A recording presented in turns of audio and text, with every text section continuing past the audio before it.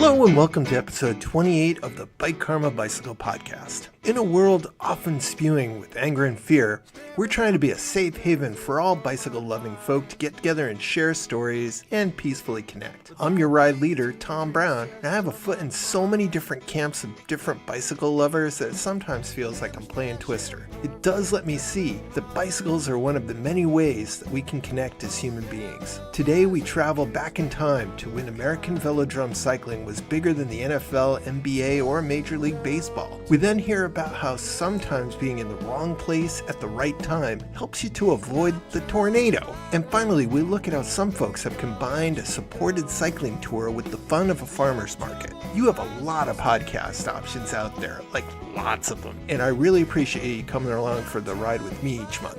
Let's roll out.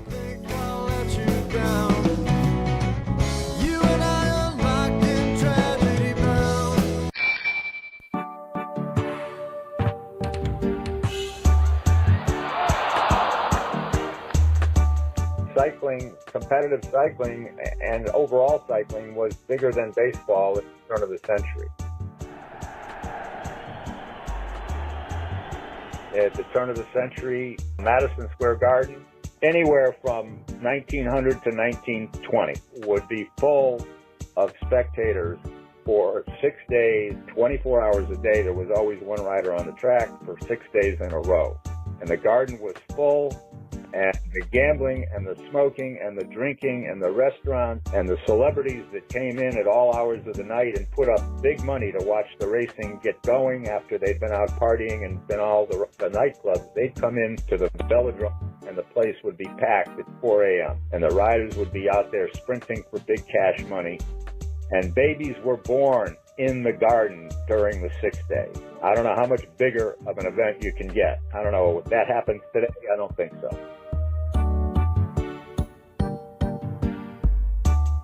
Yeah, my name is Bill Humphreys. I've been involved in cycling since 1971. I had a great career as a rider and as a coach and a manager and a journalist and a race promoter for the last 40 years. And you know, the sport's been good to me, and I've seen the world.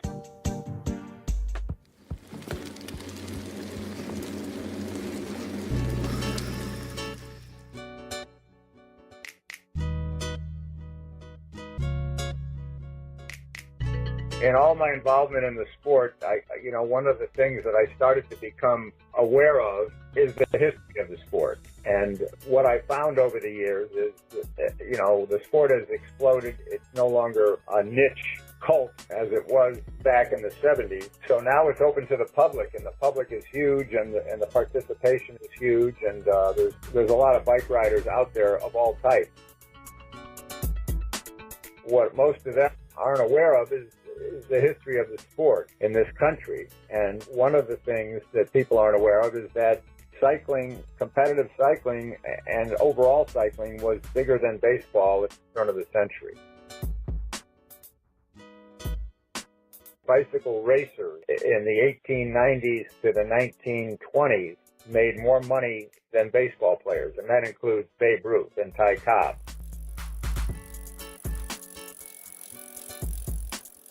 So the professional sport on velodrome, banked track racing, was huge in this country. And there were velodromes probably in New England. I would say there was probably 20 to 30 velodromes in New England, and every major city in the United States had a track, and the participation was huge. I asked him what the early velodromes were like. Well, it's a banked oval track. Can be as long as 250 meters in length and be banked as much as 40 degrees in the corners. Usually made out of wood and bleachers, and there's an infield. You know, the crowds were such at the Newark Velodrome, for instance, in New Jersey. If you couldn't get a ticket there, then you went and watched the Yankees. I mean, there would be... that's the joke you get when you're hanging out in a bar and talking trivia with the average American sports fan is they just go, huh? They just don't know anything else but for professional sports and NASCAR, and that's about the extent of their sports knowledge. But that's how big cycling was.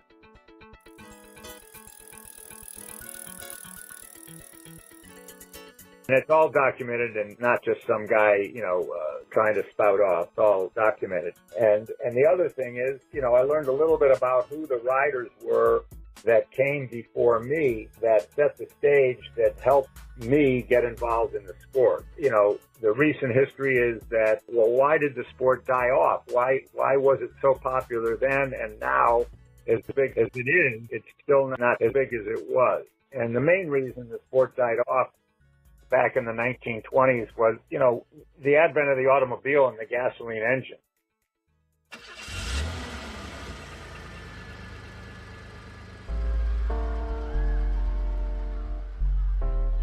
The gasoline engine had a big impact on cycling because just for transportation purposes. And then, of course, we had World War I, and then we had the huge depression, and we had World War II. And those elements and the advent of the automobile just were the downturn for cycling, and that's where it kind of disappeared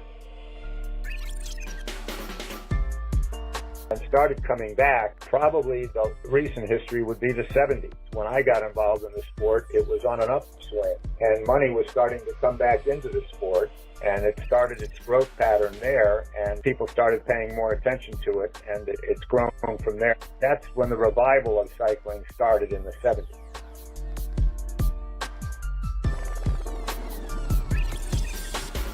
So I was lucky to be involved in the rise in the popularity, and then I caught on with some good teams that had some sponsorship money, and I learned from some great riders, and I ended up catching the wave, as it were, as a complete unknown who had totally dedicated myself to being the best bike rider I could, and just put on the blinders and was determined to make the U.S. team. And I was fortunate that things worked out for me. But in 1973, for instance, I was on the first United States, not professional, but fully sponsored team to go to Europe and ride an 8-day international race around Ireland.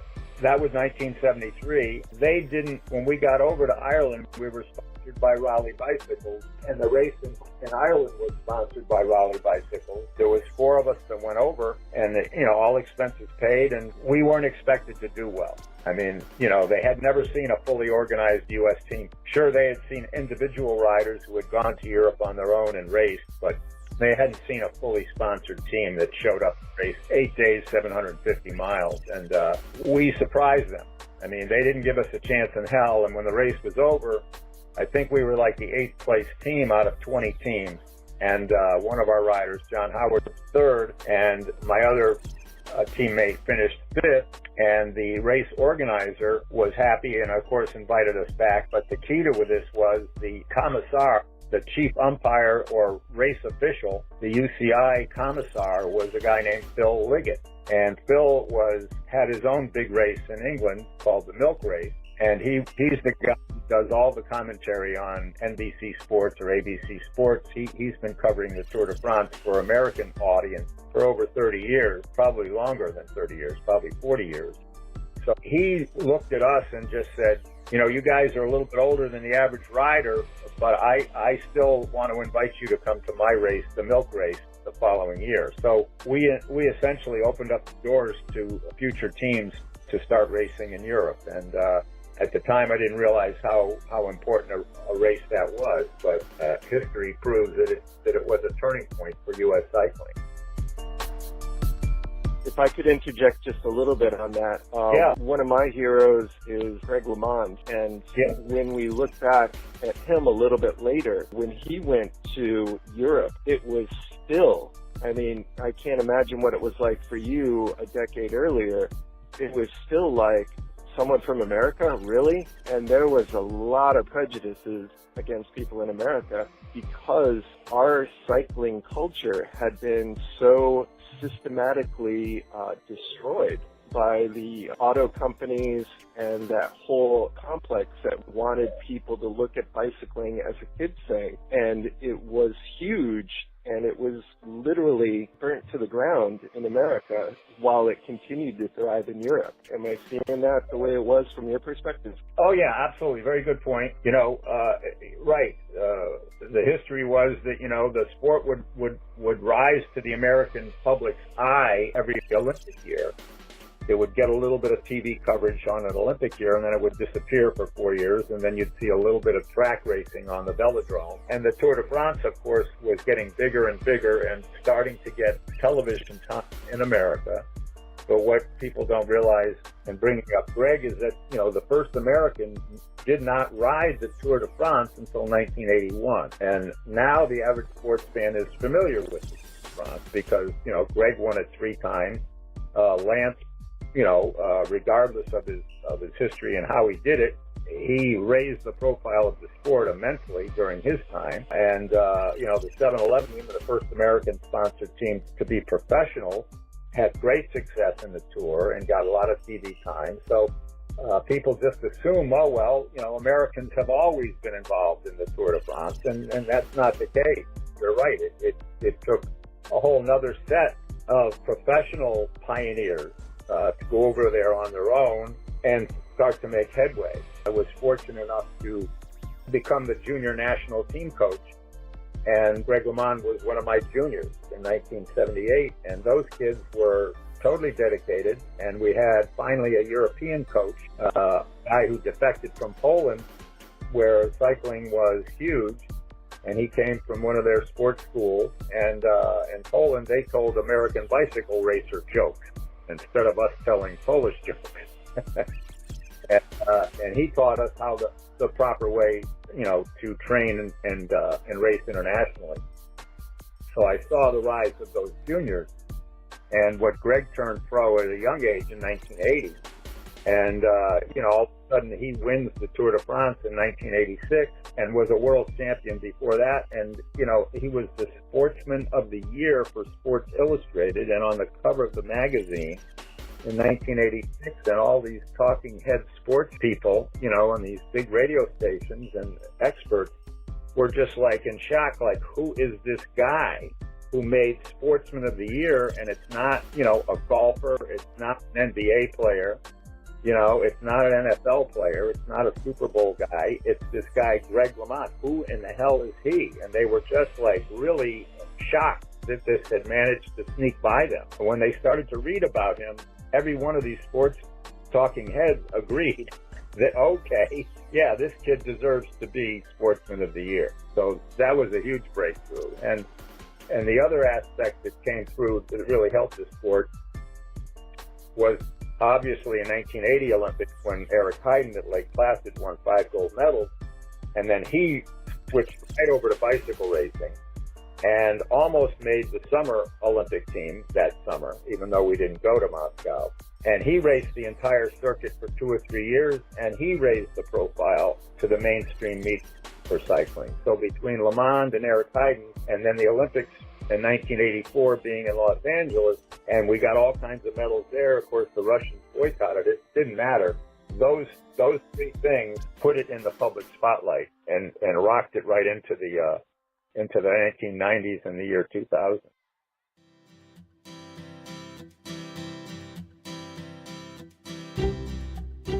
So you were a pioneer of all that. You were one of the first teams to go down that path and kind of help to start to pave the way. Yeah, it was. It was my whole era. The guys from the 70s, we were just relentless and dedicated our lives to racing. We didn't do it part-time. We would race from March, until October, and then we'd all get jobs winter and save our money and get ready for another racing season because sponsorship and there was no professional end. So we kept it going and raised the profile. And for all of us who are still able to stay in contact with each other now, thanks to Facebook, we all have found each other again and know where each one is living, which before Facebook, we all disappeared and nobody knew, where most guys were hanging out and what they were doing. But now that we're back and we can communicate on Facebook, we're all happy to be a part of it and to see the progress that's made. I mean, if you had told us in 1973 that, we're going to be winning the Tour de France and have an American team there, we wouldn't have believed it. So it's been a great time to see it happen. Bill actually wrote a book, and it was pretty successful, but it's currently out of print, so it might be hard to find, but it's called The Jersey Project, which explores the history of cycling through an amazing collection of bicycle jerseys. So check that out if you're lucky enough to find a copy. Bill right now is doing public speaking and is available for that. You know, in wrapping this up, I've become an excellent, self-proclaimed historical speaker on the sport. I spoke to a lot of different clubs around the country with the help of my book, which I can expound upon. And I am available to speak to any groups in the middle of the winter, usually is the best time. And my website is therealbikeguide.com. And I'm available on Facebook. I'm a contributor to the East Coast Dinosaur Riders Club, and my regular page, I post historical postings from the 70s quite often. I really enjoyed talking to you. I love the whole evolution of the sport and how you connect it from right now down to the past. And I'm going to go ride out on a greenway right now on my bike and think about all that while I go. All right. Thanks a lot. I appreciate it.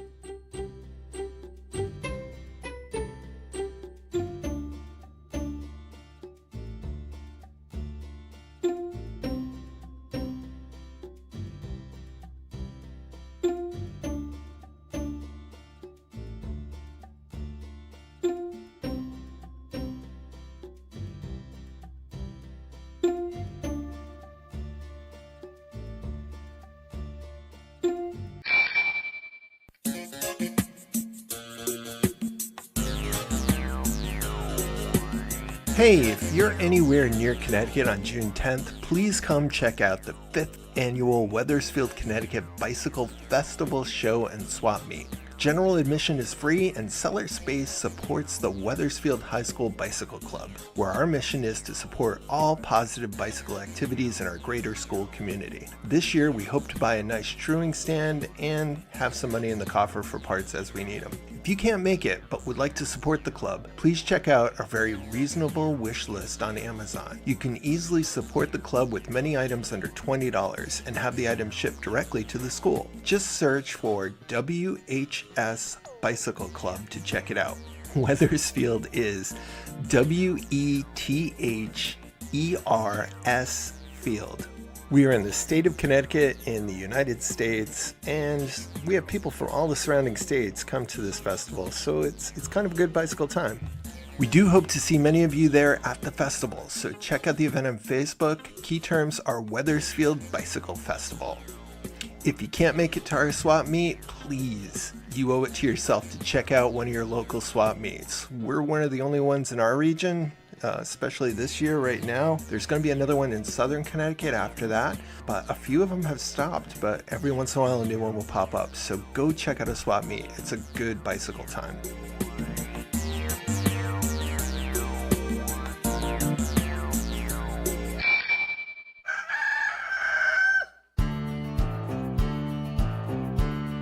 So what is the Farm to Fork Fondo? Well, the Farm to Fork Fondo is this really cool event that Tyler has connected with the local farmers in the area so you can ride your bike from one farm to another farm. It's all about good food, it's all about good times, it's all about good roads, and without the farmers, you don't have the food. So it's kind of like the fun of a farmer's market plus the fun of a cycling ride. That's exactly right. Hi, I'm Ron. So there's probably a few stories on the Farm to Fork Fondo, but I've been Tyler's announcer for the last year, and I'm going to be his announcer again this year. So we're doing, I believe, 8 of these Farm to Fork Fondos now, and my job is the MC. So my job is to kind of get people prepped up in the morning and get them excited to get out there on their bikes and get things started and then send them off. The other part of my job with him is to greet people when they come in. So I've got a results sheet as they're coming through. I know their numbers, and I find out who they are, where they're from, and greet them back in as they finish and complete the ride. And I got to tell you, there's people that come in, and they are so tired, and they're so spent. You can see it on their faces. They just look exhausted because they just did a really long ride. And I can see it, and I bring it out, and I mention it to them as they're coming through, and I get these big grins on their faces, and they're just so happy to come in and finish and hear a friendly voice. The rides vary. There's a Grand Fondo, which usually is somewhere in the 90-mile range, up to 100 miles. There's a Micheal, which is a ride which runs somewhere between 50 and 60 miles in range. And then there's a Piccolo, and the Piccolo is the shorter ride, and that's usually in the low 30s is what you're looking at. But Tyler also has incorporated one other thing too, and it's called the Ramble Ride. And it gets a lot of people that are local, that want to go out and do the ride, but they don't want to go far, or they don't have the ability to go far, or maybe they're there with their family, their kids. And the Ramble Ride will be about a 10-mile ride. It'll go out to one of the farm stops. They'll have a little something to eat. Sometimes it's ice cream. That's always nice. The kids like that. And then they'll ride back, and that's the end of their journey.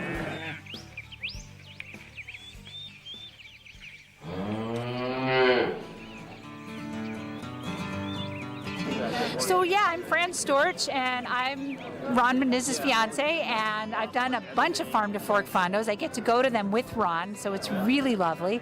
I've done many of them, and let's see, the first time I summited a gap was on one of the Farm to Fork Fondos, and that would have been the Vermont Farm to Fork Fondo.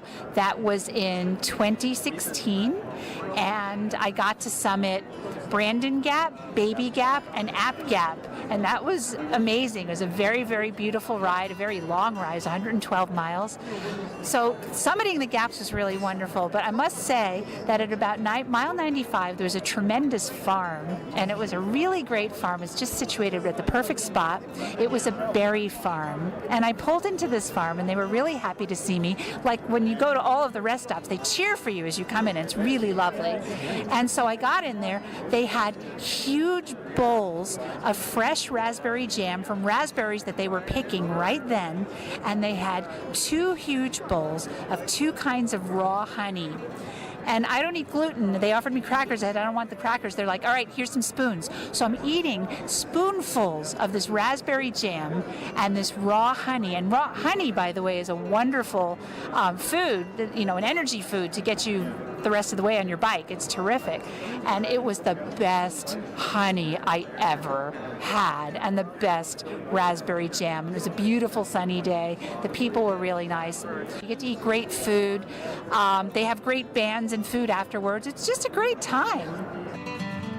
My name's Tyler Wren. I'm from Burlington, Vermont. Farm to Fork Fondo series. I got a ton of stories. It's a great event. The thing about it is it's so inclusive, and you get all types of cyclists.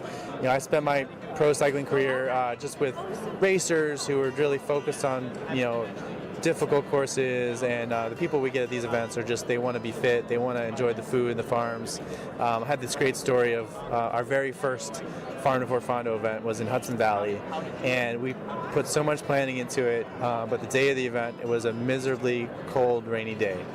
And people came in from 30 plus states to that event, and we had one couple come in from Michigan, and the woman was a beginner rider. She'd never ridden her bike in the rain, but she'd driven in from Michigan, and she came up to me before the start, and she said, Tyler, is it okay if I drive my car to the aid stations and get the treats from the farms and then drive back to the finish? And I said, sure, that's fine by me. And so she went ahead and she drove around to the farms, and then she came back to the finish. She said, Tyler, that was the most fun I've ever had at any bicycle event I've ever been to. I can't wait to come back next year and actually ride. And I just put my head in my forehead, and I said, thanks for coming. And so it's great. I love our participants. They're great. Well, we started out in the Northeast, but we've been expanding. So we have 8 different events this year throughout the Northeast and Mid-Atlantic, and we plan to keep expanding every year. Yeah, so everything is on our website, farmtoforkfondo.com. You can find all the information about the routes, the menus, the different events that we have, what's included, all the pricing, and you can register there as well. So farmtoforkfondo.com. Thanks to Fran, Ron, and Tyler. I'd also like to give a shout out to Ron's show, Bicycle Talk. I love to get people involved in cycling. That's what I really, really like to do. Okay, my name is Ron. I'm also known as Pedalin Ron. I am the ambassador of cycling, and I've been the ambassador of cycling my whole life. I love bicycles, love talking about bicycles. I have a weekly podcast and radio show called Bicycle Talk, and talking about bikes is what I do. I broadcast out of the University of Connecticut radio station in Storrs, Connecticut.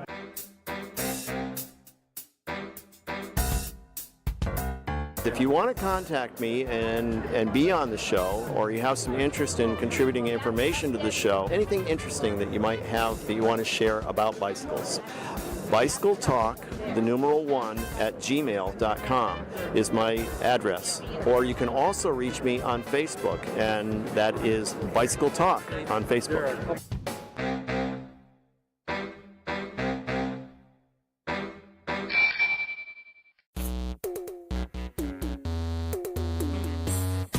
Whether you're on the road, mountain, or other, I bet we can all relate to trying to get ready and it takes longer than you thought it would, and at some point your significant other says, "Oh, I thought you left a long time ago."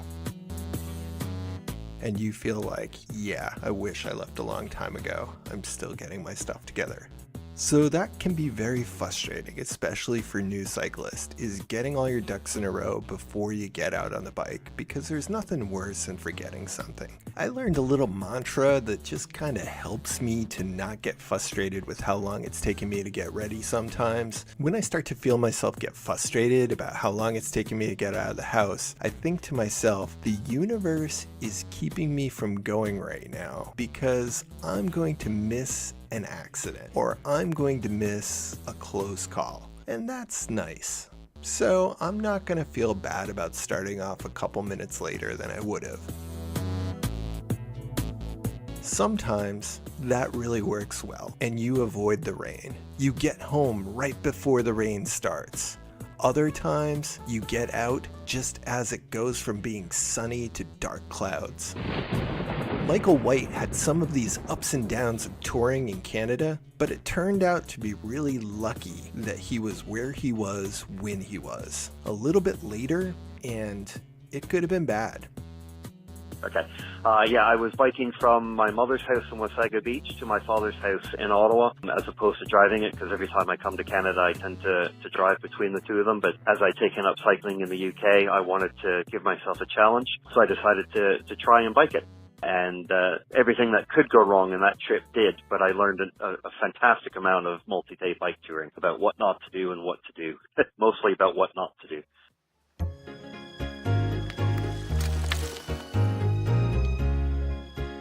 Yeah, fair enough. Yeah, as I said, my name is Mike White. I'm originally from Brampton in Canada, but I call Ottawa home more than Brampton. Lived in the UK for the last 15 years. Now just recently moved back to Miami. I started cycling when we lived in Miami the first time, but we moved to the UK about 3 months after I took it up. So I really got into cycling in the UK. Started riding a lot with an organization called CTC, which is now called Cycling UK. And they really got me into all the cycling that I do. So now I do a lot of long distance riding, a lot of sportive rides, and I'm just trying to get back into that stuff out here in the US. I was an EMT in Canada, and I've served in the military both in Canada and the UK. And that's pretty much me in a nutshell, I figure.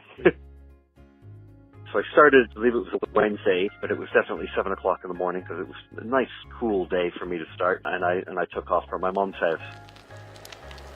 Obviously, the first mistake you make is turning right when you're supposed to go left, but I didn't realize it until I was at the bottom of a big hill, so that was my first mistake of the day. Once I reclimbed that, and I was doing probably about an hour, hour and a half, I realized that none of the roads are paved. I forgot that because Canada's such a big country, we don't have all the roads paved, only the very major ones have been paved. So my 110-mile ride for the day is going to be mostly on unpaved dirt roads, which wasn't too bad. They were fairly hard-packed, but there were loose sections like trying to bike through beach sand type of thing. What I also didn't plan for is I took a lot of back roads, trying to avoid a lot of the fast-moving traffic and avoiding all the traffic inside of towns. But what that left me is with no way to replenish my water or any of the food that I had. So I got 110 miles to go for the day, and I've got no way to refill my 2 water bottles. So I learned to adjust that really quickly on the next day. But I was able to veer off my course a little bit and get into some smaller towns and get some water and some food for me for the day.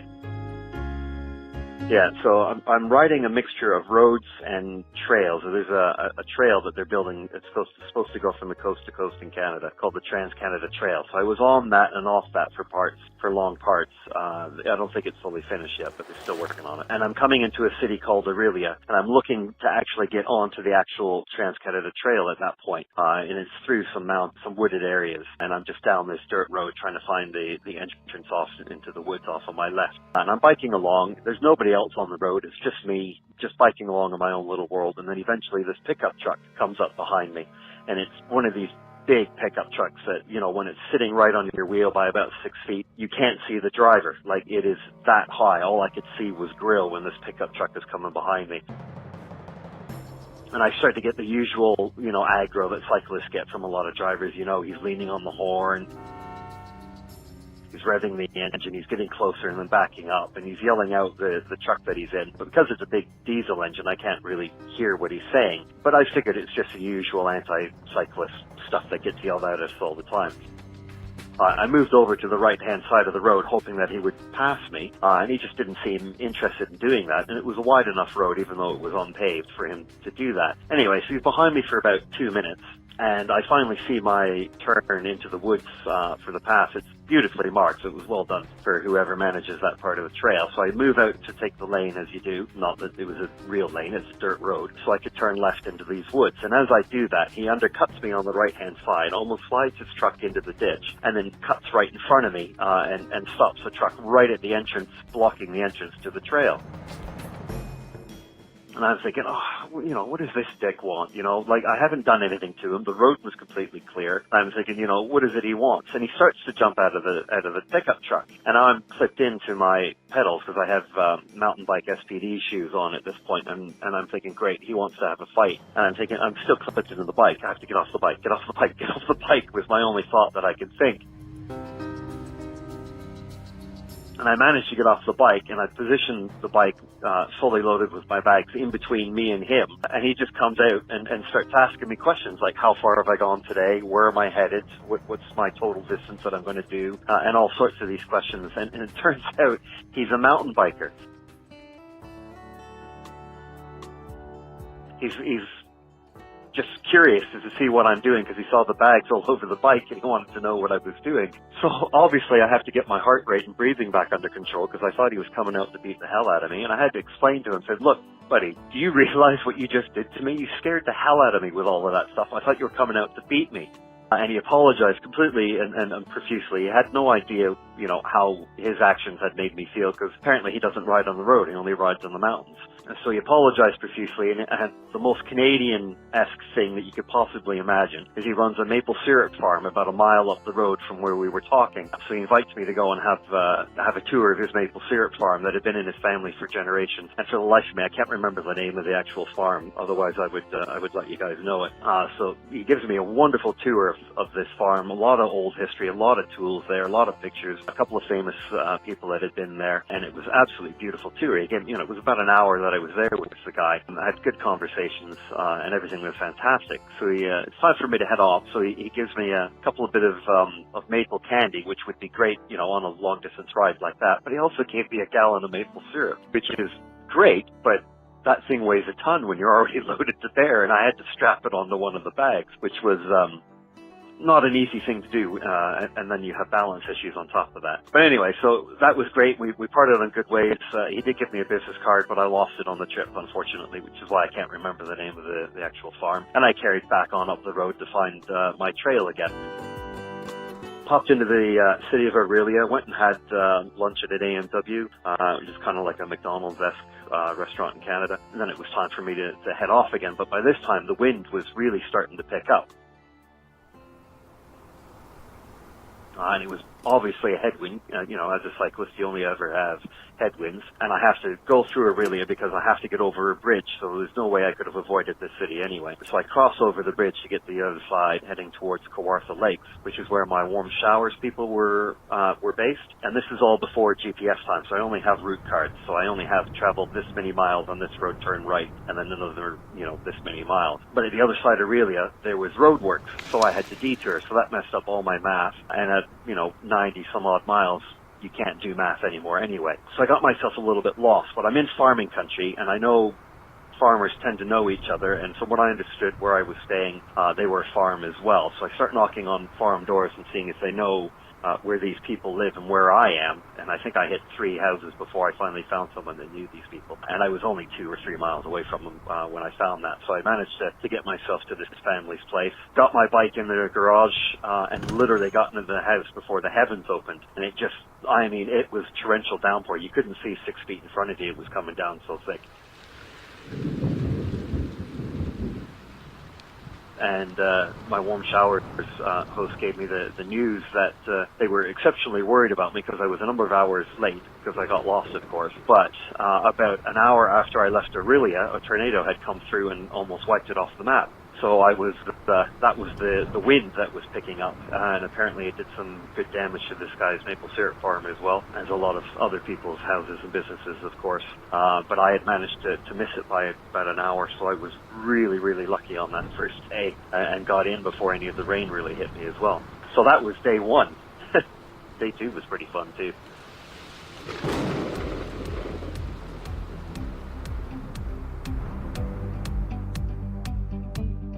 Just to give you a quick thing, on my 3rd day of riding, my back tire exploded. If you can imagine. Like, I tell you, everything that could go wrong did.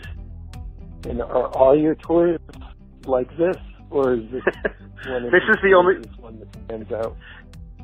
This is the only one I've done, actually. I am planning another long one because I live in Miami now. I have a route planned from Miami to Ottawa. I forget the mileage. I think it's 2,800 miles or something like that. So I've planned it for 30 some odd days. And I'm also and that's just for fun. I just want to do that for fun. But I'm also planning a ride for Help for Heroes in the UK. I believe it's Wounded Warrior here in the US, and I believe it's the Canadian Legion in Canada. I want to ride the coast to coast to coast of Canada. So from the Arctic Ocean to the Pacific and then across to the Atlantic. And that should take me 8-9 months, I figure. So if people want to find out more about your adventures, or if they want to support you on your rides, where would they go? I don't have any actual websites or anything like that. I'm just on Facebook, but it's under the email mpwhite75@gmail.com. So if they do that search on Facebook, then they can find me, and I keep track of all the rides that I do on there. So. Okay, thank you so much. No worries, man. Take care. Okay, thank you. Bye.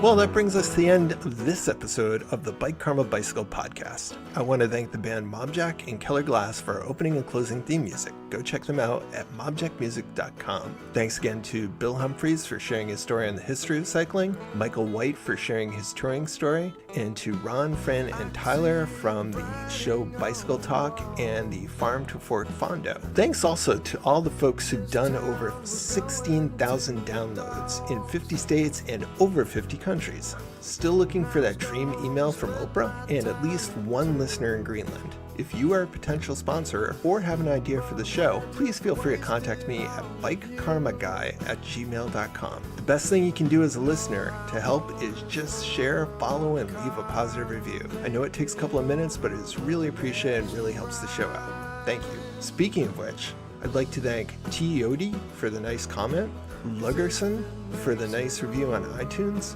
and whoever is listening in Benin, Africa, you rock. You light up that whole country. And new followers, Marco Quaglio, IJ Simpson 40, Tony Risotto, Wahed Shaman Sudan, and Ali Catalina. Thanks a lot for following. The Bike Karma Bicycle Podcast and related content are the intellectual property of Thomas Brown. Copyright, trademark, and all other rights are asserted and reserved. And now a word from Taryn. My dad doesn't want to lose any listeners, so before you take a ride, take a moment to do your ABC Quick Check. Check your air, brakes, chain line, quick releases, and do an easy overall check before you go barreling down that giant hill. Thanks for coming along for the ride this month. Until next time, keep it wheel. Wasted with you on the ground, 'cause I'm tired of writing words and sending them on out on the ether.